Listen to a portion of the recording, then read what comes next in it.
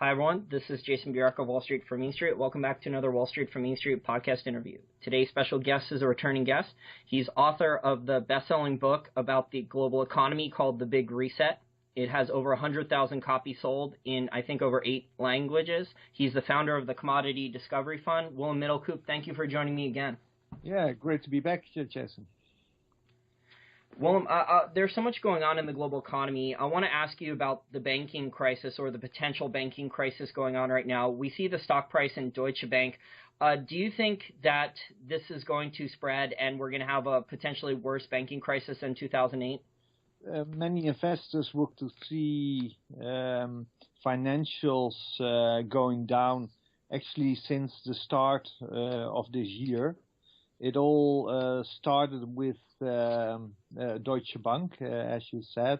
Deutsche Bank has been weak also late last year, but it was really from the beginning of this year we saw not only Deutsche Bank but also Citigroup and JP Morgan and some other financials being hit pretty hard out of nowhere. And at the same time we saw gold mining shares, silver mining shares going up substantially. We made a new low for gold and silver related equities January 13th, and since then the broader precious metal equity related index jumped 60% in just 3-4 weeks. So many investors are asking themselves what's going on behind the scenes. Now, in terms of the banks, do you think a lot of the reason the bank stocks are going down so much, do you think the market is worried about their exposure then to this oil debt that's going bad? Because the oil price staying this low, it's been a surprise to so many different people. Yeah, because the downturn in the oil prices is taking longer than expected. Many analysts expect that there will be huge write-downs in loans to energy-related companies. These write-downs could total maybe over $1 trillion. So this is a severe risk for financials, and it's severe risk because of contagion risks for the financial system. And I think that's the main reason why you see these nervous reactions since the start of this year. Do you think then that there's still good value maybe for longer term investors in the oil market, that there are some good oil companies that don't have as much debt that are being unfairly punished because so many oil companies do have too much debt?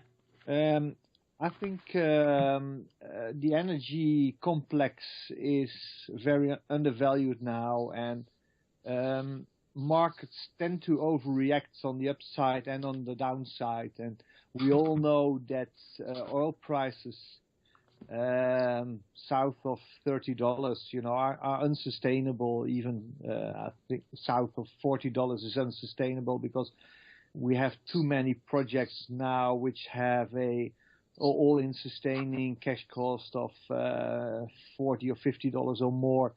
So if you have a longer-term horizon, you could start by picking up some of the undervalued best energy stocks. But often it's better to wait for the confirmation that the bottom is in. And I think we're very near, but we could get one more leg down towards the lower 20s. But maybe we've seen the bottom already.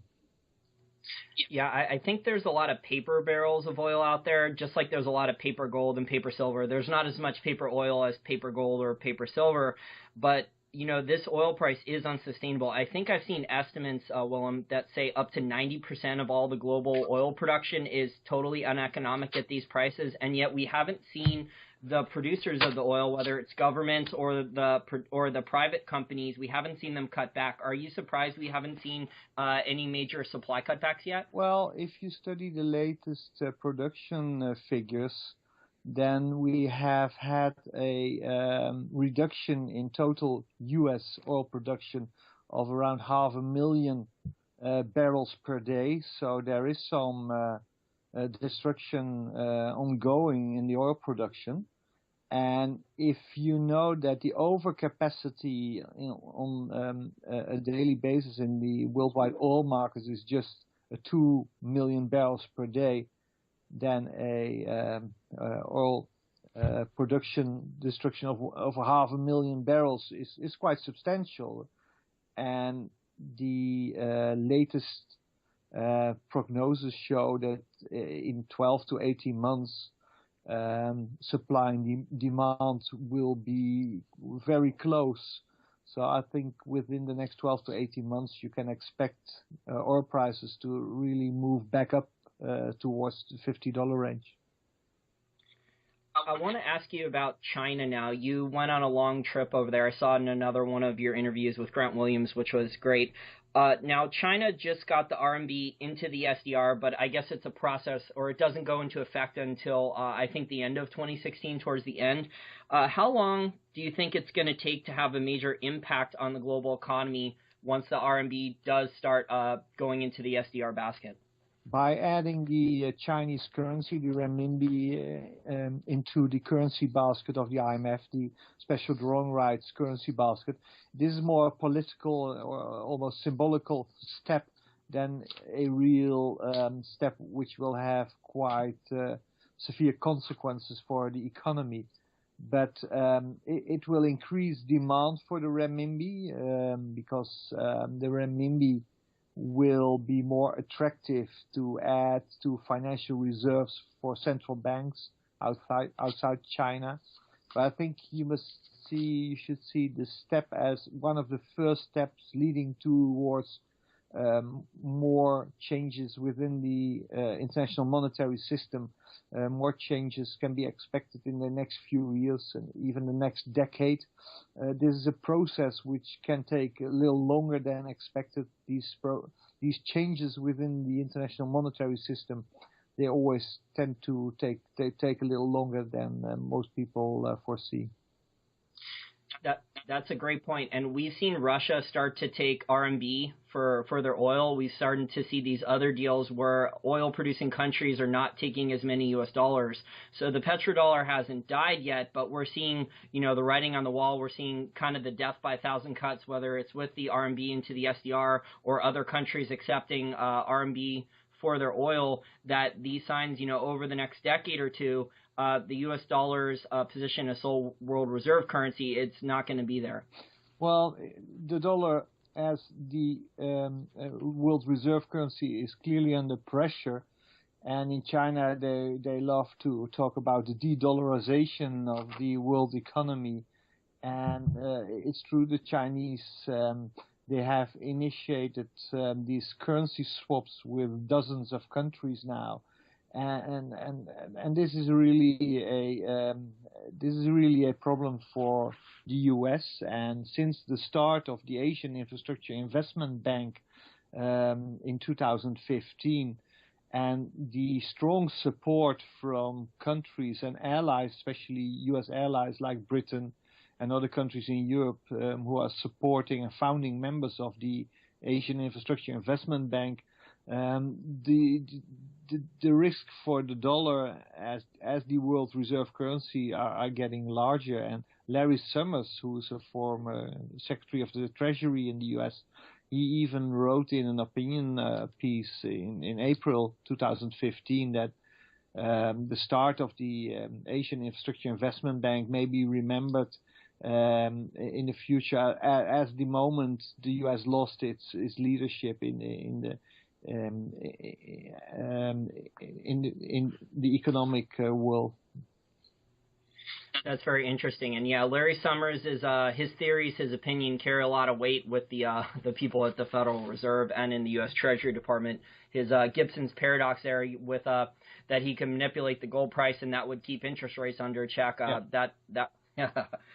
Yeah, he's a real insider. He's a real insider. So when it's his analysis that the U.S. may have lost his role as the underwriter of the global economic system, these words should be taken very serious. Now, we're also starting to see a lot of the U.S.'s trade partners and also sovereign wealth funds are starting to dump U.S. equities. They're starting to dump massive amounts of U.S. treasuries. Do you think this is because they want to transition to the next system, or do you think this is because they need to raise cash to protect their own economies because the global economy is in peril and, they have debts to pay and things like that? Well, we had a huge rally in the dollar in the last year or so, and I think many investors are wondering whether the dollar has formed a top now and might be going down in value for years to come. So this could be a reason why you would sell some dollar-denominated assets. And I think another reason is that U.S. equities have been going up for 5-6 years now, and the valuations are quite stretched if you compare to valuations in other parts of the world. So the U.S. likes to boost that they have this strong recovery, but if they would have had a strong recovery, the interest rates would be 4% now, not almost zero. That's a good point. And the other thing I think where the U.S.'s jobs data are lie, the GDP data is a lie, is almost all the high-paying full-time jobs that were created in the U.S. were all shale oil, shale gas jobs out since 2008. And now a lot of those jobs have been lost. We look at the firing, the job losses, and they're all coming from North Dakota, Texas, and Oklahoma, which is where all the job creation was since 2008. Yeah, there's also a risk which you see in Canada. Canada has many mining and especially energy-related, oil-related jobs, and of course we see weakness in the overall economy coming from China, coming from the energy sector. Europe was recovering in the last 12 to 18 months, but I expect more downward pressure on the economy and on stocks later this year. And I think any downward pressure in the regular asset markets will start to benefit gold. A lot of the mainstream people, not people like you and me who like gold, but people who maybe bought gold a little bit in the past and then sold it, they're starting to dip a toe back into the gold market. At least that's what we're seeing with Mark Cuban and Stanley Druckenmiller and those types of names.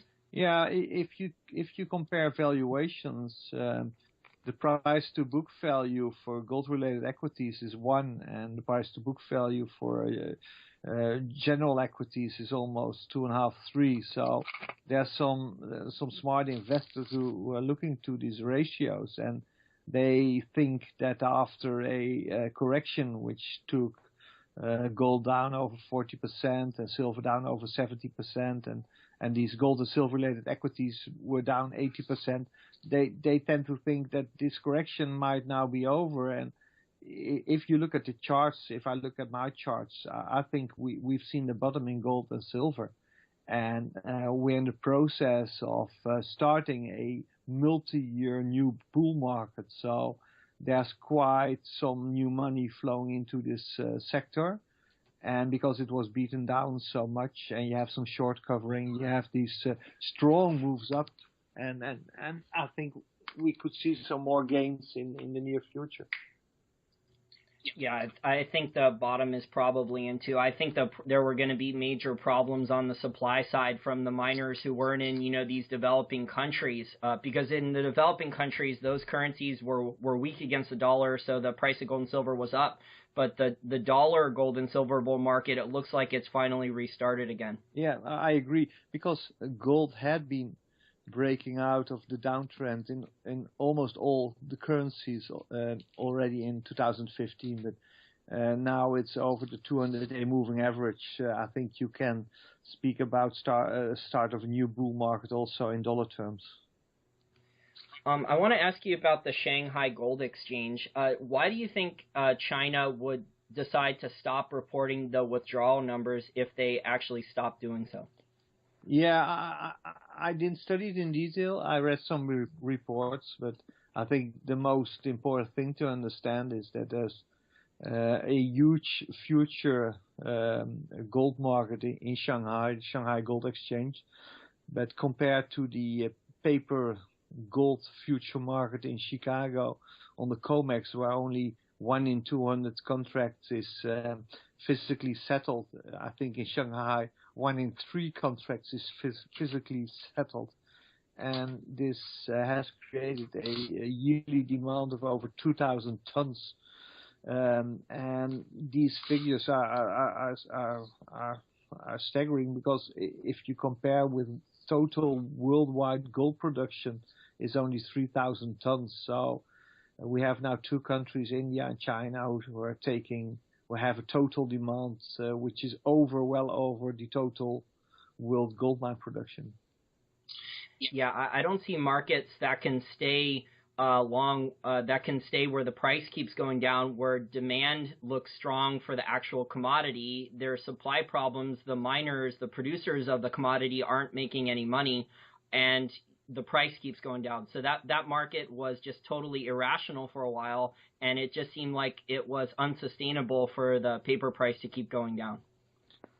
Yeah, I think that analysis is correct. I always tell my audience, if this would be the potato market and all potatoes would be sold to India and China, the price of French fries would be going up, and sorry for this, but I have a phone call. So it's very hard to understand that the price of French fries would be coming down when demand for potatoes is so large. Now, I want to ask you about silver. We have the base metals in an enormous correction. They're in an enormous bear market. We've seen some base metal miners shut down, but a lot of large copper mines are still going to come online. Do you think silver is going to be the silver byproduct, which is so much of the annual silver supply? Do you think a lot of this silver is going to stop being produced with base metals, either staying low or keep going lower? Yeah, well, silver price has been coming down 70%. We have seen very strong demand for silver, especially from India and China, and even the US is importing silver now. The sales of silver coins have been breaking records. Silver is one of my favorites, and compared to the gold market, you don't have these huge above the ground supplies available. So silver is one of the metals which could really surprise to the upside, and I think silver on the supply side, it's an accident waiting to happen before real shortages will appear. I think we'll see real shortages before 2020. Now, as the gold price and silver price start to go higher in pretty much every single commodity, do you think these greedy governments, which are looking to tax everyone more and more, we have negative interest rate policy, do you think they're going to come up with some type of windfall profits tax or confiscation scheme in many different countries? Well, I don't expect confiscation schemes, because that's a very hard thing to do, and we always have to pretend that we have this free market and we have a capitalistic system. But when gold price would move up substantially, say north of $2,000 or $3,000, then you can expect a windfall profit tax for the industry, but the profits are still very poor, so it's not a concern for me at this time. Yeah, I would agree. Yeah, we're starting to see a few governments like Canada and Mexico, even though the commodity prices have not done well for a while, they're going after a few mining companies here or there, but it's not been industry wide. When the gold and silver prices were higher, remember the thing where they were reporting the cash costs the miners were, and some of these governments were saying, hey, look, your cash costs are low, you guys should be making a lot of money, we're going to increase the taxes on you, but the miners were lying about their costs. The cash costs weren't their real costs. Yeah, I agree. That's true. In terms of an investor to make money in a commodities bull market then going forward, do you think the commodities bull market is basically over except for precious metals, or do you think then there's still going to be some long-term commodities where people, if they have patience for a couple years and they start positions in the next year or two, that they can still make some money? Well, when we do our supply and demand studies, we always find that around 2020 we'll see serious production deficits in many metals. We'll see production deficits in platinum, palladium, copper, nickel, zinc, gold, and silver. Uranium and diamonds could see production deficits after 2020. So the perfect storm against commodities in the last 1 or 2 years could well turn into a perfect storm, helping commodities to reach levels which will be much higher, because we'll see the first shortages. My final question, Willem, before I let you go, has to do with your book, The Big Reset, and any conclusions. Are we going to be talking about in 10 years from now that the global economy is still, slugging along, that the people in power, the central bankers, the Bank of International Settlements, that they've come up with patchwork solutions to keep the game going for many years longer? Or do you think that a full global economic reset is going to happen sooner than 10 years from now? Is very difficult to draw a timeline, but we can expect many more unorthodox monetary policies in the next few years. These unorthodox policies are part of the financial endgame within the current dollar system. At one point, the current dollar system has to evolve and go towards a new phase. In this new phase, the SDR, the special drawing rights of the IMF, could play a much larger role. Now the renminbi is added. We know we need a debt restructuring in most of the advanced economies. Even China may need a debt restructuring at some point. We need to find a new anchor for the international monetary system, so that could be the SDR. But I'm quite sure when you look back 10 years from now, so 2026, that some major changes have occurred within the system. But the process of change might take a little longer, and the big reset could consist of several smaller steps instead of one big major reconstructing over one weekend.